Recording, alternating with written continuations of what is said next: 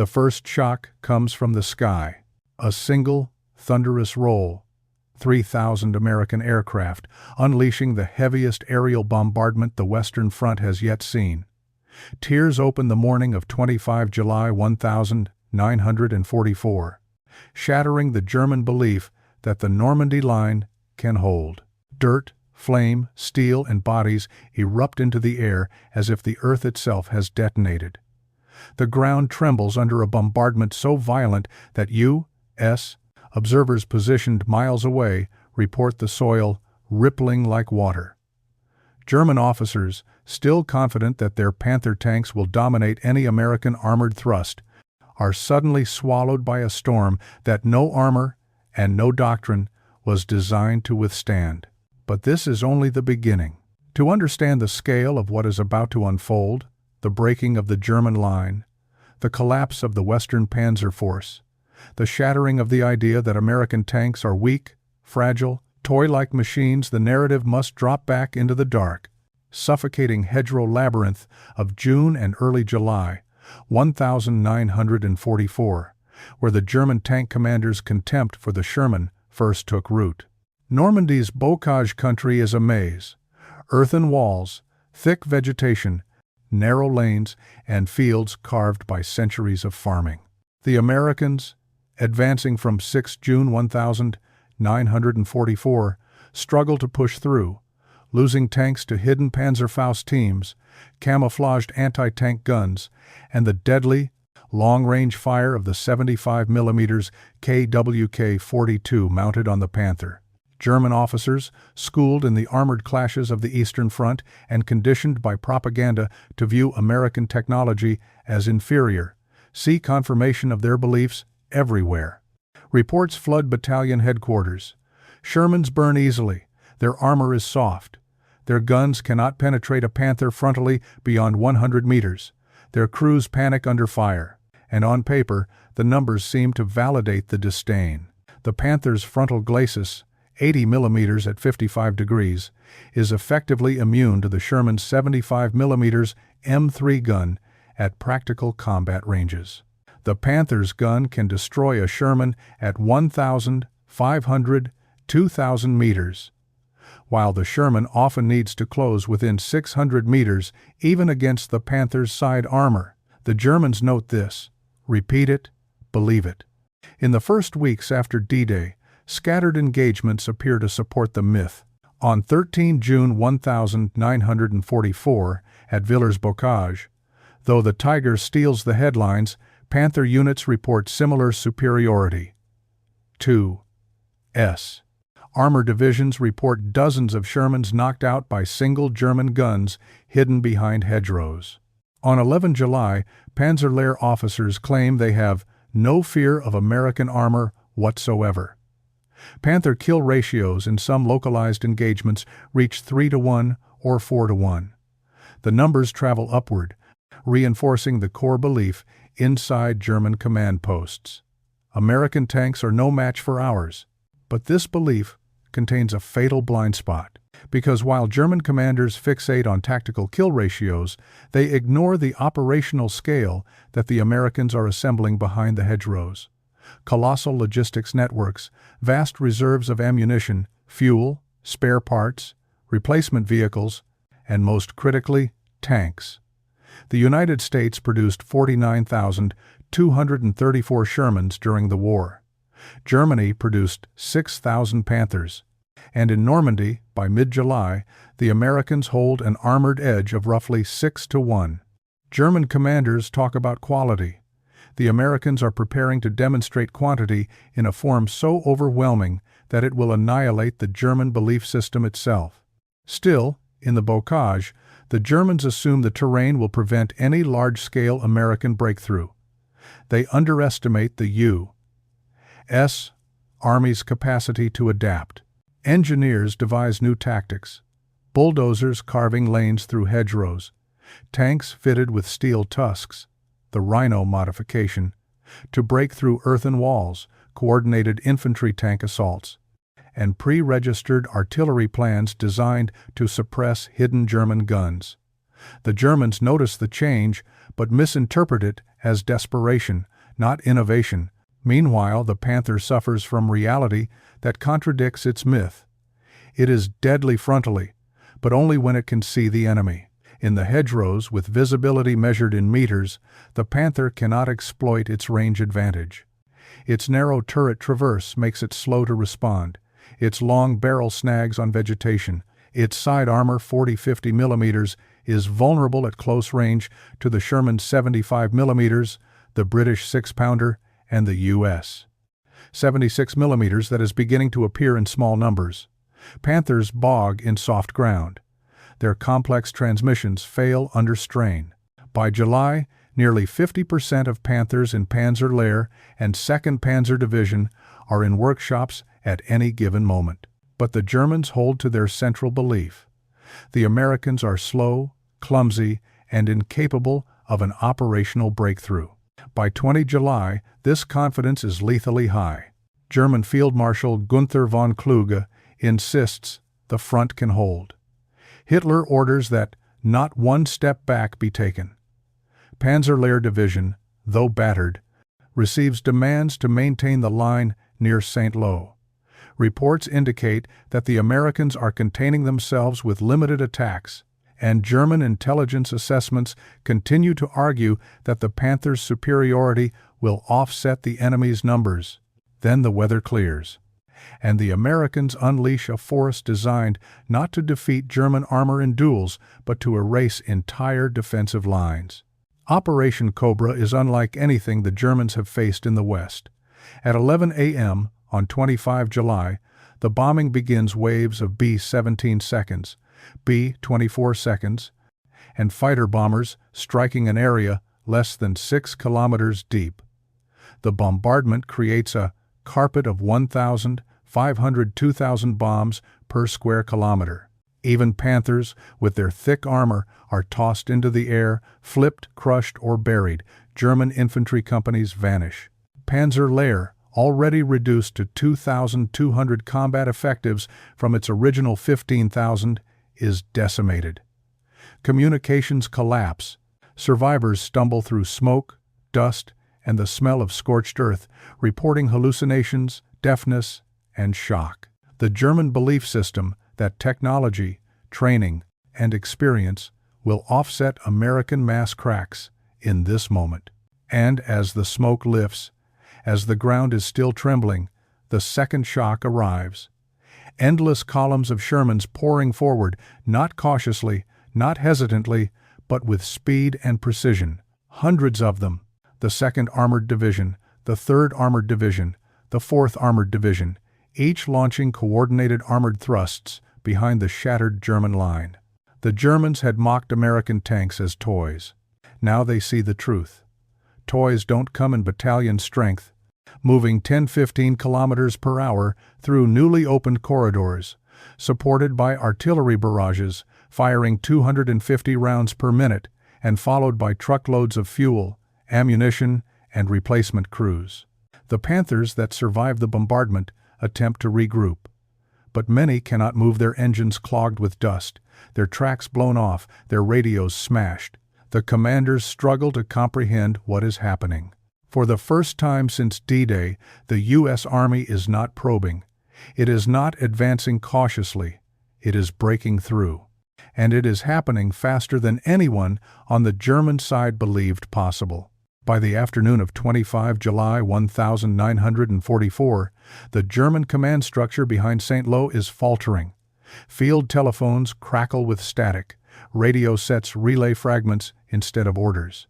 Battalion commanders attempt to re-establish lines of control, but the landscape is unrecognizable. Fields churned into craters, roads blocked by smoking vehicles, hedgerows flattened into dust. In some sectors, company officers find that entire platoons have ceased to exist. Panzer Lehr Division, the pride of the armored forces in the West, reports its situation in 3 words: "We are finished." Yet, even in this chaos, the Germans cling to one belief: the Panther will stabilize the line. It is the only hope remaining. The Panther, with its powerful 75 mm KOK 42 liters, 70 gun, and sloped armor, has been promoted as the weapon that can halt any Allied advance. Most German commanders genuinely believe this. They have, after all, seen Panthers dominate at long range.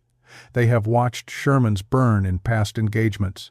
Their contempt is not random. It is built on months of Eastern Front combat reports, tactical training manuals, and patterns reinforced again and again by early Normandy duels. But Operation Cobra is not a duel. It is annihilation on an operational scale. As American armored divisions pour through the breach, the Germans scramble Panthers from the 2nd Panzer Division and surviving remnants of Panzerlehr's Panzer Regiment 130 to form ad hoc blocking positions. The first counterattacks unfold near the villages of Le Mesnil-Hermann and Hebecrevon. Panther crews, some still shaken from the bombing, position themselves behind hedgerows and attempt to utilize the remaining choke points. It does not work.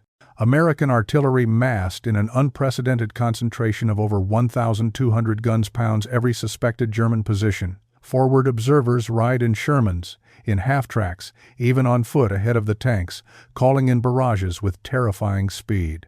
A German battery commander later reports that fire missions arrive faster than we could take cover. Each attempt by a Panther platoon to set an ambush is shattered by timed barrages or cut off by advancing infantry. The Panthers begin to fall, not in heroic duels, but in disintegration. Their flanks are exposed. Their supply lines are destroyed. Their maintenance crews cannot reach them. Their commanders cannot coordinate. Tanks that remain intact lose fuel. Tanks that have fuel lose tracks. Tanks that have tracks lose their nerve. The legend of German armored invincibility is dissolving under the sheer brutality of the American advance. On 26 July, the U.S. 2nd Armored Division pushes southwest toward Cannacy, smashing through the remnants of Panzerlehr. Over 100 Sherman tanks advance behind rolling artillery barrages.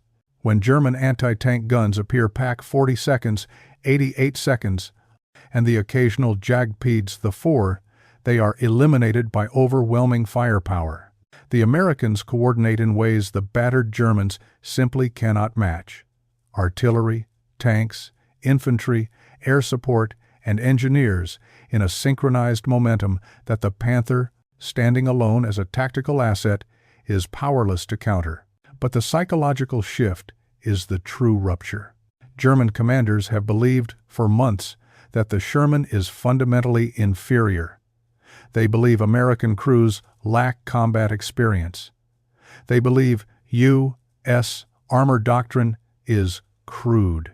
They believe numerical superiority is only a blunt instrument, not a strategic weapon. Now they watch as multiple U.S.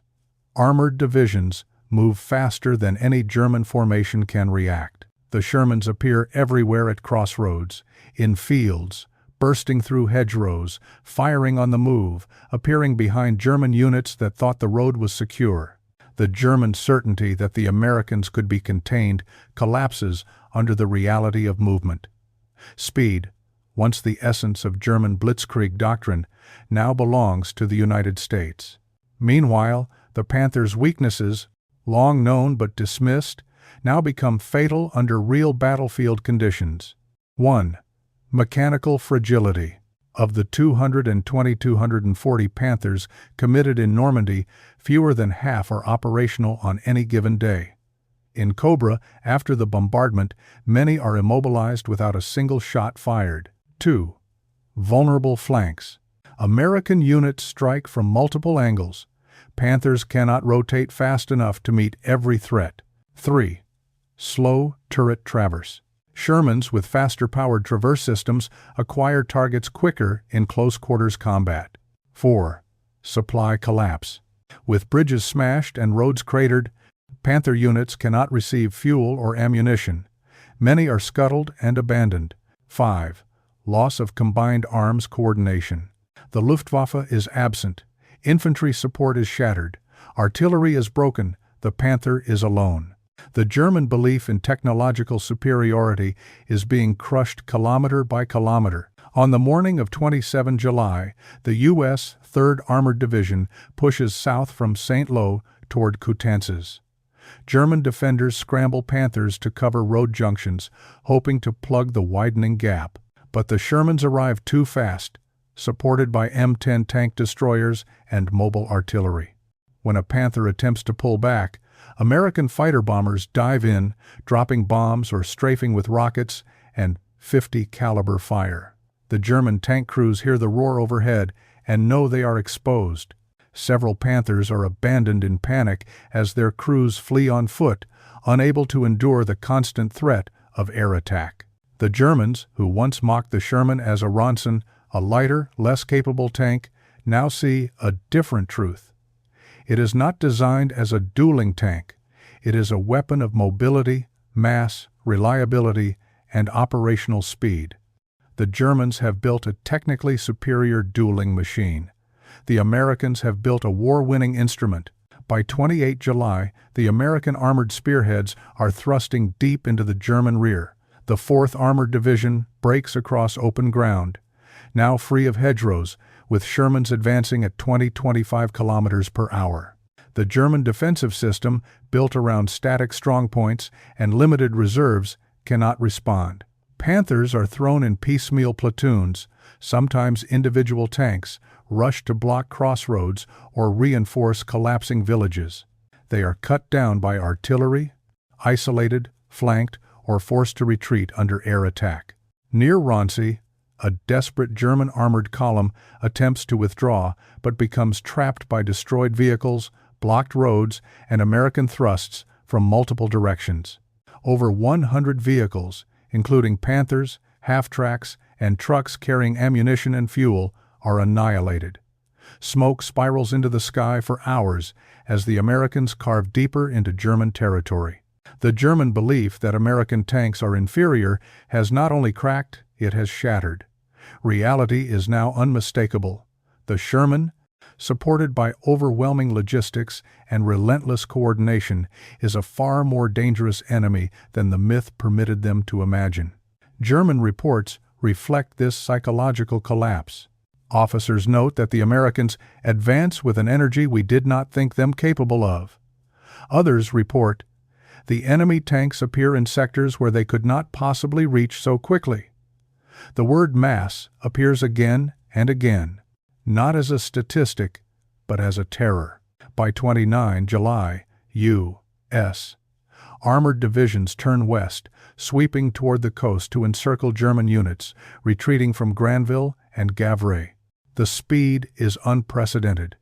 25 kilometers advanced in one day, then another 20 kilometers the next. German units that believed they were fighting a defensive battle now find themselves cut off, isolated, surrounded. The Panther, once the symbol of German dominance, is now just another vehicle burning in the fields of Normandy. By 30 July 1944, the German 7th Army is unraveling. Reports from Corps and Division headquarters are frantic, incomplete, and increasingly hopeless. Encirclements widen, retreat routes vanish. Officers who once boasted of Panther superiority now beg for orders, reinforcements, or simply permission to withdraw before they are overrun. But there is no time. The American advance has become a tidal wave, relentless, coordinated, and faster than any German staff officer believed possible. This speed destroys more than units. It destroys assumptions. As the Americans surge toward Coutances, Avranches, and beyond, the Germans finally face the reality that the Panthers' supposed superiority means nothing without operational control, logistics, and the combined arms structure that once made German armored warfare so feared. Those elements are gone. The Luftwaffe is absent. German artillery is crippled. Infantry support is scattered. And the Panther, once a predator, is now prey. The Americans understand this perfectly. The U.S. breakthrough is not a random rush. It is a carefully calculated exploitation of German paralysis. Sherman units push in broad fronts, not narrow spearheads. Artillery leapfrogs forward. Engineers clear obstacles within minutes. Reconnaissance elements slash ahead of the main body, identifying choke points and weak spots. Fuel trucks roar forward behind them. Every time the Germans believe they can form a line, the Americans are already past it. On 30 July, the 4th Armored Division moves so fast that several German reports describe American tanks appearing out of nowhere, cutting off escape routes the Germans believed were still open hours earlier. The 2nd SS Panzer Corps, attempting to withdraw from the collapsing front, finds its columns strafed, bombed, shelled, and overwhelmed. Panthers stuck on narrow roads become roadblocks for entire battle groups, creating logjams that American artillery reduces to smoking ruin. German officers stare at the wreckage of their vaunted machines and feel a bitter truth rising. This is not a duel between equals. It is systemic destruction. The Panthers' technical strengths cannot change the facts unfolding around Coutances and Avranches. Panther kill ratios mean nothing when overrun by units moving 15-20 kilometers per hour. Thick frontal armor means nothing when artillery brackets the tank from above. Long-range gun superiority means nothing in a battle defined by close-range flanking and constant movement. A powerful tank is useless if it cannot receive fuel, ammunition, or orders. The Germans, who once mocked the Sherman as a tin box, now confront a force they cannot stop. Massed, mobile, mechanically reliable armor backed by the largest logistical network the war has ever seen. By the evening of 30 July, the Americans reach Avranches, the gateway to Brittany. This is the moment German command feared the collapse of their entire front. If the Americans break through here, German forces in western Normandy will be trapped, and the Allies will gain open ground for rapid exploitation. German countermeasures are desperate. Panther units from the remnants of Panzer Lehr and the 2nd Panzer Division are ordered to block the routes leading south, but most of their tanks have been destroyed, immobilized, or abandoned.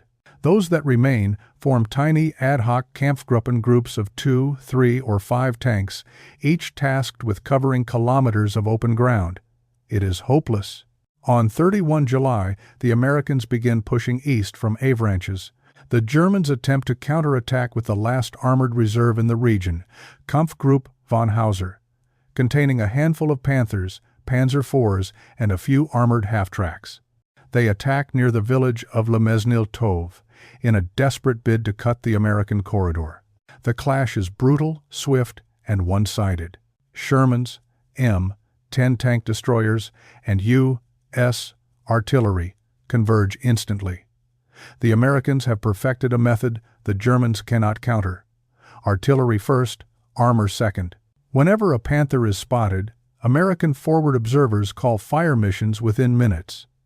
Shells bracket the German position 105 millimeters, 155 millimeters, sometimes even naval fire from offshore guns.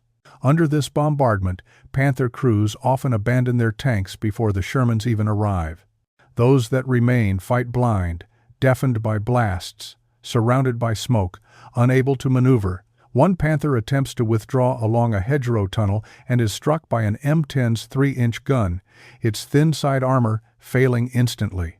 Another is immobilized by a hit from a Sherman's 75 millimeters on its track, then finished by artillery as the crew flees.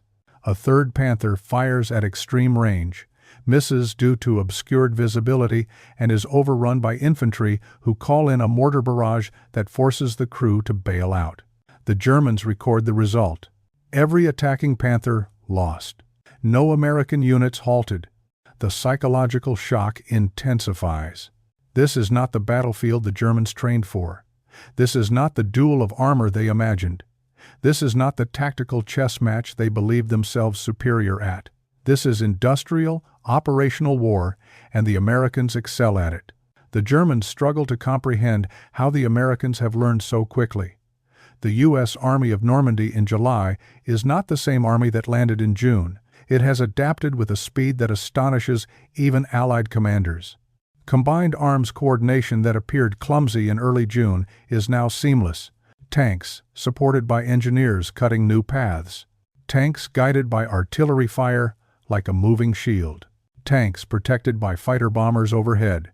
Tanks reinforced by endless streams of replacements. German commanders, who once dismissed American armor as a crude mass to be swatted aside, now face the terrifying realization that mass, when organized and supplied on this scale, is a weapon beyond anything the Wehrmacht can field. As July turns to August, the German perception of the Sherman undergoes its final collapse. Panthers continue to suffer catastrophic losses. Between 6 June and 1 August, over 176 Panthers are lost in Normandy, many destroyed by artillery, aircraft, breakdowns, or abandonment, not tank duels. The remaining tanks are shadows, hollow shells of the spearhead they were meant to be. The Germans realize the truth in stages. First, the Sherman is fast. Then, the Sherman is reliable. Then, the Sherman is everywhere.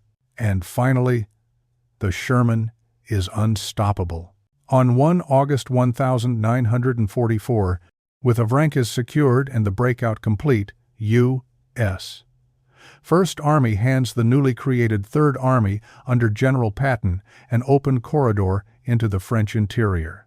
The speed of what follows the fastest American armored advance of the war is built on a simple fact German commanders can no longer deny. The Sherman did not need to be better than the Panther to destroy the German army. It only needed to be part of a system that Germany could not equal, and now the German High Command watches that system spread across Normandy, devouring divisions, crushing armored formations, and ripping the Western Front open beyond repair. By 2 August 1944, the German command realizes that the Normandy front is gone. Not crumbling, not weakening, but gone. The arrival of Patton's Third Army, accelerating through the Avrankes corridor, confirms the nightmare. The Americans are no longer fighting inside the hedgerows. They are in the open. They are in maneuver warfare. They are in the very domain that German doctrine once dominated. Only now, it is the Americans who are executing mobile warfare with speed the Germans cannot match. Shermans roar across the French countryside in columns that stretch for kilometers, engines hammering, tracks clattering, dust rising behind them in long, unmistakable plumes, visible for miles. Fuel trucks chase them. Ammunition trucks follow. Jeep-mounted forward observers and reconnaissance units weave in and out, marking targets for artillery hundreds of meters behind the lines. This coordinated mass is not something the Germans ever believed the Americans capable of. Yet here it is, and it is moving far faster than the Wehrmacht. In the first 72 hours of the breakout, U.S. forces advance 80 kilometers, a pace that astonishes even Allied commanders. German officers, overwhelmed by the speed of collapse, report that American tanks appear on every road.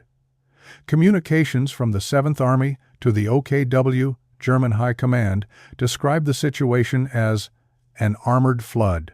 The Germans still cling to one hope: reform a mobile defensive line east of Avrankes. Bring in remaining Panthers from the 116th Panzer Division. Reconstitute the battered 2nd Panzer Division. Plug the holes, regain time, reassert control. But the reality is stark. The Panthers are almost gone. On 3 August, German daily strength reports indicate the following: 2nd Panzer Division, 20 Panthers operational Lazis. Panzerlehr Division, 0 Panthers operational, 116th Panzer Division, 17 Panthers operational. SS Panzer Divisions, combined. Fewer than 25 Panthers operational in the entire sector. Barely 60 Panthers remain to counter an American armored force exceeding 1,500 Shermans, with hundreds more arriving weekly. The Germans had once mocked the Sherman for requiring numerical superiority. Now the Americans wield it with such scale and coordination that the Panthers, individually powerful but operationally irrelevant, are reduced to fireflies flickering against a rising sunrise. And the sunrise is American steel. On 4 August, as Patton's forces pivot east, The Germans attempt to form blocking positions near the town of Mortain. It is here that the final psychological collapse begins. German commanders, under Hitler's direct orders, are told to counterattack with what remains of their armored forces and cut off the Avranches corridor. The plan is codenamed Unternehmen Lüttich, Operation Lüttich, and it is a plan born of delusion. Because the reality on the ground makes one thing clear: the Panthers are no longer instruments of attack, they are relics being thrown into disaster. The counterattack is scheduled for 7 August, but the Germans begin assembling days earlier. Panthers from the 2nd SS Panzer Division, Das Reich, the 1st SS Leibstandarte, and the 2nd Panzer Division move under cover of darkness to their start lines. Commanders reassure their crews. The Panther still outguns the Sherman. The Panther still outranges the Sherman. The Panther still can defeat American armor in combat. But for the first time, even the most optimistic officers cannot ignore the logistical nightmare around them. Fuel shortages force tanks to carry barely half loads. Ammunition resupply is inconsistent. Reconnaissance is nearly non-existent. Artillery support is negligible. The Luftwaffe is incapable of defending against Allied air power.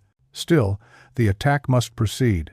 In the pre-dawn darkness of 7 August 1944, SS Hauptsturmführer Victor Eberhard Grabner and other German armored commanders push forward, leading their Panthers toward Mortain. They expect shock, perhaps some local success. They expect to catch American forces off guard.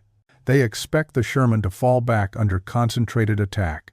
Instead, they drive straight into the most devastating combination of American firepower yet assembled: artillery, armor, infantry, and above all, air power. The first disaster strikes at 6 as German armor begins climbing the ridges west of Mortain. American observation posts spot the movement instantly. Within minutes, 4 U.S. artillery battalions open fire: 105 mm, 155 mm, and 8-inch guns pounding the German columns. Panthers attempt to maneuver off the roads, only to bog in soft soil or become stuck behind stalled vehicles. At 8, the second disaster arrives: the P-47 Thunderbolts of the U.S. 9th Air Force. The Germans had believed their early morning start would avoid air attack. They were wrong. The weather clears faster than expected, and American fighter bombers descend like hammers. Rockets, 50 caliber strafing, 500-pound bombs. Panthers attempt to scatter. Smoke columns rise across the battlefield. German crews abandon tanks, even when undamaged, unable to withstand the unbroken cascade of fire from above. Several Panthers are destroyed without ever firing a shot. The Germans have now entered a new psychological stage: disbelief. They had expected a tactical battle. They are trapped inside a system designed to annihilate them. Mortain becomes a slaughter. Panther after Panther is destroyed or immobilized. Some are knocked out by air attack, some by artillery, some by Shermans moving in behind the bombardment. Many are simply abandoned by their crews, who can no longer function under the relentless American tempo. By nightfall, Operation Lüttich is a disaster. The Germans have lost dozens of Panthers and other armored vehicles. The survivors are scattered, low on fuel, unable to counterattack, and incapable of retreat. American forces have not only held the Avranches corridor, they are expanding it. In the aftermath of Mortain, the last barrier to full American operational dominance falls away. The Panther, once feared, once considered decisive, is now recognized even by German commanders as a trapped weapon, over-engineered, under-supported, and defeated by a coordinated enemy that has turned logistics into a lever of power. The Germans now understand: the Sherman is not a toy. The Sherman is not inferior. The Sherman is the backbone of an industrial army, and that army has mastered the pace of modern war. By 8 August 1944, the Germans have no illusions left. The question is no longer whether they can stop the Americans. The question is how far the Americans will go, and the Shermans are just getting started. By 9 August 1944, the German armored force in Normandy has ceased to exist as a unified army. What remains is a broken scattering of burned-out hulls and isolated Panthers hiding in orchards or barns, hoping to slip east before the next wave of Shermans appears on the horizon. Exhausted crews stumble through dust and smoke, pursued relentlessly by armor that no longer slows for anything. Patton's armored columns move with a tempo that astonishes even Allied planners, broad arcs sweeping south and east, Shermans rumbling at the front, dust clouds rising behind them like banners. German soldiers see those rising plumes and understand instantly, Shermans are coming. The 7th Army cannot hold. With 97,000 casualties, almost no fuel, and divisions existing only on paper, its remnants fall back in chaos. The Panthers that survive Mortain are under strength, undersupplied, and stripped of reconnaissance. And yet they are ordered to keep the retreat corridors open even as U.S. and Canadian forces converge from multiple directions to form what will become the Falaise Pocket. On 11 August, near Le Bourg-Saint-Léonard, a small group of Panthers attempts one last organized counterstroke. It collapses immediately. American reconnaissance identifies them before they fire. Artillery brackets them. Shermans flank them. A single 76mm armed M4A1 sends a Panther burning from 800 meters. Another Panther backs straight into an air attack. Tank destroyers finish the survivors. The Germans record the truth. The Sherman's 76mm gun, appearing in growing numbers, is devastating from the flank. By 12 August, panic replaces doctrine. Panther crews hear artillery first, aircraft shadows second, and only then see the Shermans 5, 10, 20 at a time, moving with mechanical certainty. The German confidence in technology, in armor thickness, in long-range gun duels evaporates. On 14 August, the jaws of the encirclement snap shut. American, Canadian, Polish, and French units crush inward on the shrinking German pocket. Panther crews operate in conditions no tank can survive, surrounded, shelled, bombed, and running out of fuel.